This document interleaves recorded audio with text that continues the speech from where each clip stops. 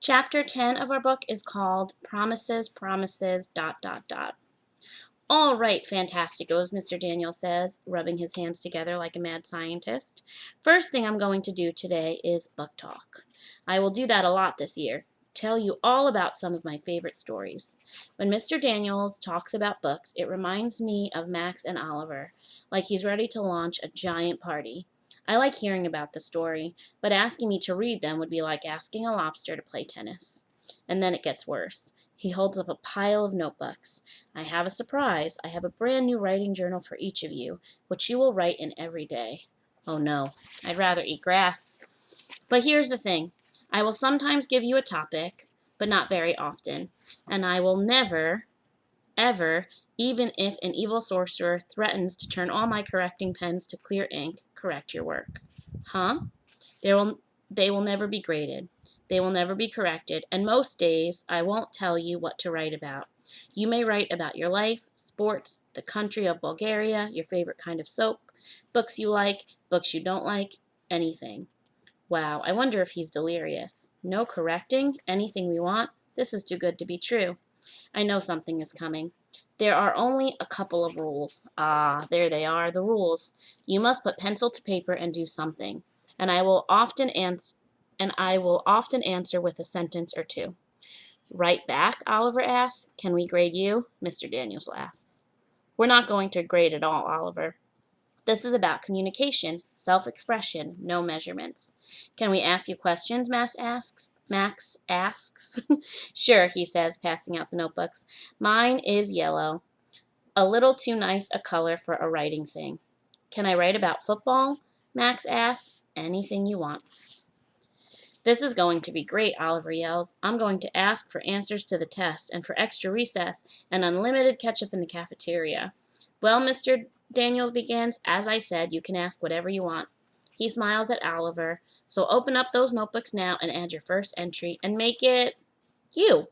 This journal is yours, so an introduction to you may be a good thing, no matter how you choose to express that. Keisha begins writing while Albert stares at the blank page. The room is filled with the sound of pencils scratching. Sookie is rubbing one of her blocks with her thumb. I wonder if she's thinking about her grandfather. I see a mind movie of me walking through a forest of alphabet blocks stacked on top of each other.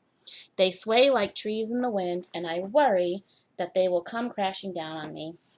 I think about drawing that, but decide to color a big three-dimensional cube with dark black sides. He said we could do anything. I want to see if he means it.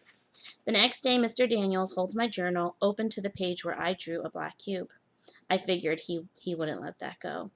He holds his palm facing me and says, I know. I said I'd never correct you, and I'm not going to. I'm just wondering if you would mind telling me what this means. Do you like the color black, or does it mean something? Either way, it's okay. I think of the kinds of things that might make him mad and remember how he said a person can be too good at the wrong thing. Maybe I don't want to get in trouble this time. It's a picture of a dark room.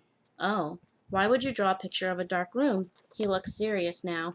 It was supposed to be something about us. Why would a dark room have something to do with you, Allie? His voice is soft, really soft.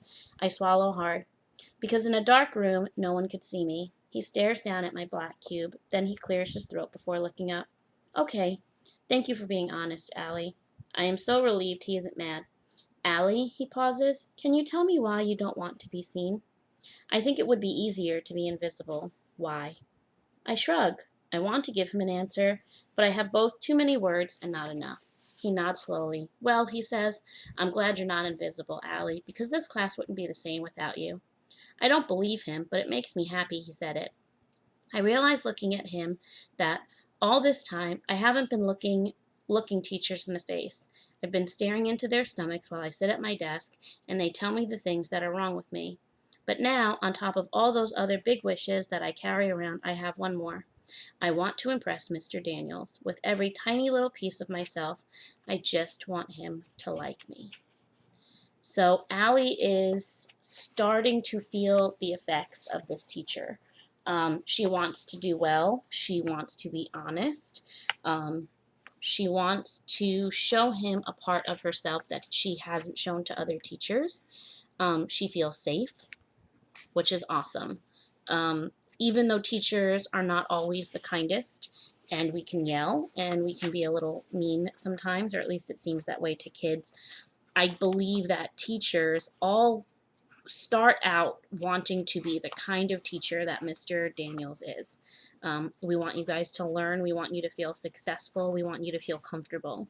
I know in my room, I try really, really hard to make it feel okay to not have the right answers and to ask questions. And I hope that that's something I've been able to do for you guys this year, is to give you a little bit of what Mr. Daniels is able to give his students in this book. That was a quick chapter, so I'm going to read a few more tonight before I log off with you guys.